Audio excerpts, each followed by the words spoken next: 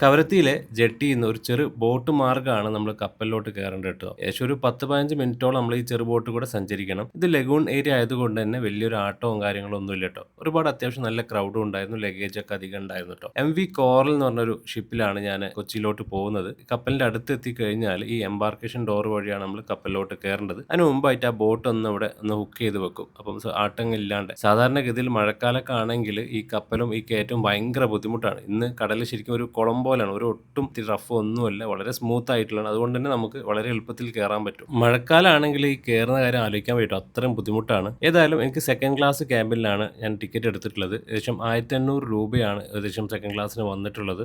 മുൻപ് യാത്ര ചെയ്ത കപ്പലിനെക്കാട്ടിയും ഈ സെക്കൻഡ് ക്ലാസ് ക്യാബിന് കുറച്ചുകൂടി സൗകര്യമുള്ള പോലെ തോന്നി. ഇരിക്കാനായിട്ട് ഒരു സോഫയും സ്പേസ് കാര്യങ്ങളൊക്കെ ഉണ്ട്. ഞാൻ അവിടുന്ന് നേരെ നമ്മുടെ ക്യാൻറ്റീനിൽ പോയിട്ടോ. ക്യാൻറ്റീനിൽ ഞാൻ എത്തിയപ്പോൾ ആരും വന്നിട്ടില്ല. ഞാൻ ചായയൊക്കെ ഓർഡർ ചെയ്തപ്പോൾ കുറച്ച് പേരൊക്കെ വന്നു തുടങ്ങി. ചായ കുടിച്ചതിന് ശേഷം കപ്പലിന്റെ ബാൽക്കണി പോയപ്പോഴും ഇപ്പോഴും ബോർഡിംഗ് നടന്നുകൊണ്ടിരിക്കുന്നു കേട്ടോ. പാസഞ്ചേഴ്സ് ഒരുപാട് കയറാനുണ്ടെന്ന് തോന്നുന്നു. അതിനുശേഷം പാസഞ്ചേഴ്സ് എല്ലാവരും കയറിയതിനു ശേഷം മാത്രമേ ടൂറിസ്റ്റിനെ കയറ്റുള്ളൂ. ഇതിൽ ടൂറിസ്റ്റും കൂടി ഉണ്ട്. ബാൽക്കണി നോക്കുമ്പോൾ നമുക്ക് കവരത്തി ഇങ്ങനെ കാണാൻ പറ്റും. കുറേ കാലത്തിന് ശേഷമാണ് കവരത്തിയിൽ വന്നത്. ആ ഓർമ്മകൾ ഇനി എന്നും ഉണ്ടാവും. ശരിക്കും ഈ കടലിന്റെ അകത്ത് നിൽക്കുമ്പോൾ അവിടുത്തെ ഒരു സൺസെറ്റിന്റെ കാഴ്ചകൾ എന്നെ ഏറ്റവും അത്ഭുതപ്പെടുത്തിട്ടോ. കടലിന്റെ അകത്ത് നിന്നിട്ട് ഈ സൺസെറ്റ് കാണുന്നത് വല്ലാത്തൊരു ഗോൾഡൻ മൊമെന്റ്സിന് ശരിക്കും എന്നെ കോരി തെറിപ്പിച്ചിട്ടോ. ഈ സൺറൈസും സൺസെറ്റൊക്കെ എന്നെ ഒരുപാട് ഇൻഫ്ലുവൻസ് ചെയ്യാറുണ്ട്. പലപ്പോഴും ഞാൻ ഈ സൺറൈസ് കാണാനായിട്ട് കുറേ ലോങ് ട്രെക്കൊക്കെ പോയി. പക്ഷേ ഇത് ഭയങ്കര രസമായ മൊമെന്റ് ആയി. കവരത്തിൽ വന്നതിൽ ഒരു one of the best moment ആണ് ഇത് കേട്ടോ. ബാക്കി വിശേഷങ്ങളൊക്കെ അടുത്ത വീഡിയോയിൽ പറയാം.